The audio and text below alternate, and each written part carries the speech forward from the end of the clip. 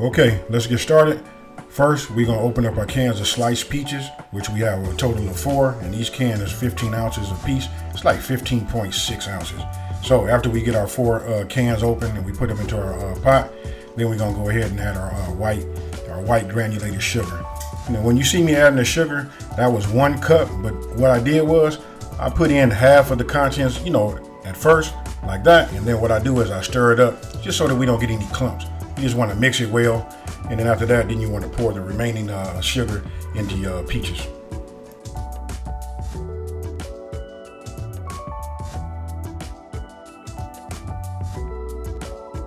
Now, after you mix all of your white sugar and your peaches and the juice together, then you come back with, you want to come back with your brown sugar, and then the same thing. You know what? I just do half and half just to ensure that we don't get any clumps. And after that, then we start adding our spices. And here you can see, we got ground cinnamon. You know what? We start off with like 1 teaspoon. And listen, after you make this is up to you. You can tailor make it to how you like it. This right here is the combination that I like. It's like the perfect blend of spices and juice and peaches, and the cook time is just awesome. And then we come back with the ground nutmeg, 1 teaspoon. And again, listen, you just want to mix it up. And then, of course, we're going to put it on the stove. Here, I'm using an induction top. I'm going to go ahead and put this on like a medium. I started out on medium and then adjusted my heat down to about 200 degrees. So that's somewhere in between low and medium. So we'll just call it a low medium heat. And then you want to cook it for about 15 minutes.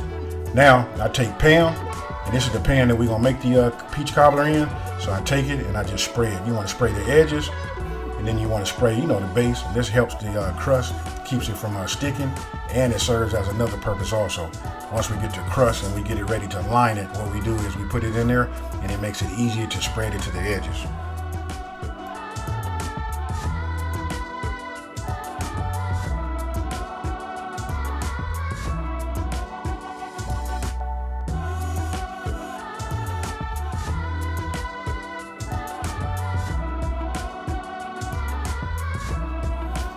Now here you can see, once we start using our pie crust, you remember I was telling you how easy it is once you spray it. This was like the added advantage. It makes it easy to like stretch and spread the pie crust along the edges.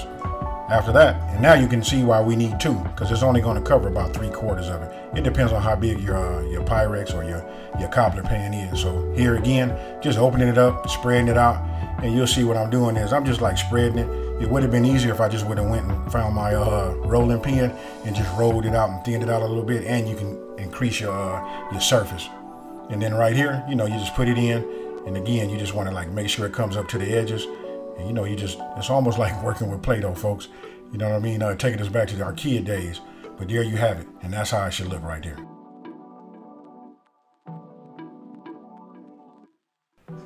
Now, after cooking your peaches with your sugars and your spices for 15 minutes, on medium low heat, you go ahead, turn them off, stir them up, and now it's time to go ahead and fill that peach cobbler.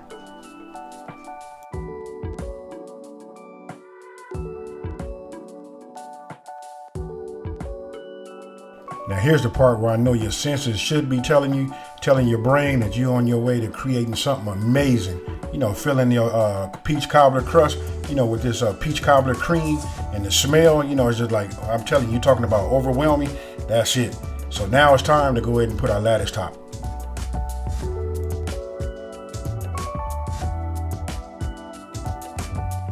Now here we open up the other box with those other 2 ready-made pie crusts.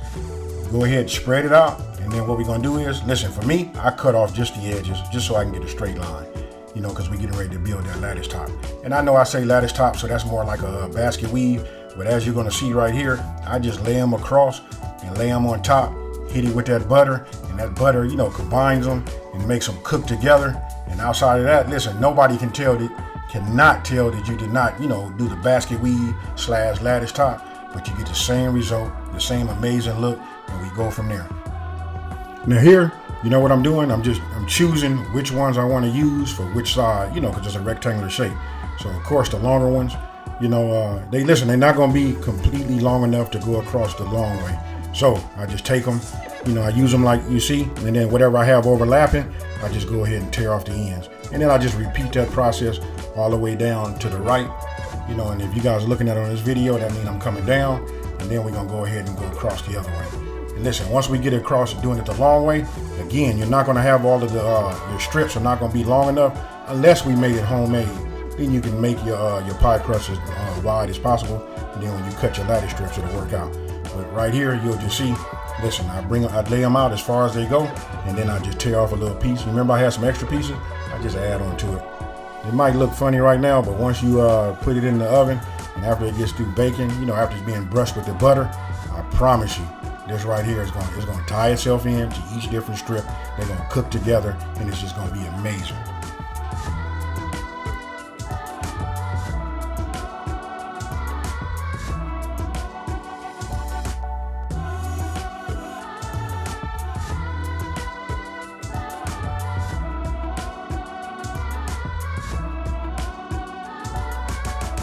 Now, after you're done, what you want to do is you want to heat up at least, I'm going to say go ahead and get yourself 3 tablespoons of butter, get yourself a brush, and you want to brush all of your pie crust tops.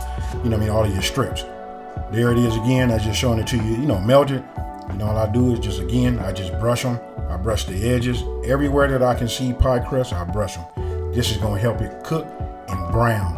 And listen, hey, you know what? We're going to go ahead and call that, it's the magic.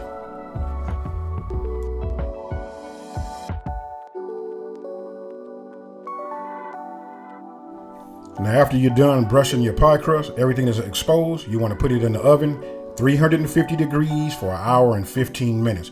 And then when you're done, that's what it should look like right there. Hey, that right there is going to put the aroma in your house and have everybody running like, hey, hurry up, let me cut it. Where's my ice cream? Let's get it in.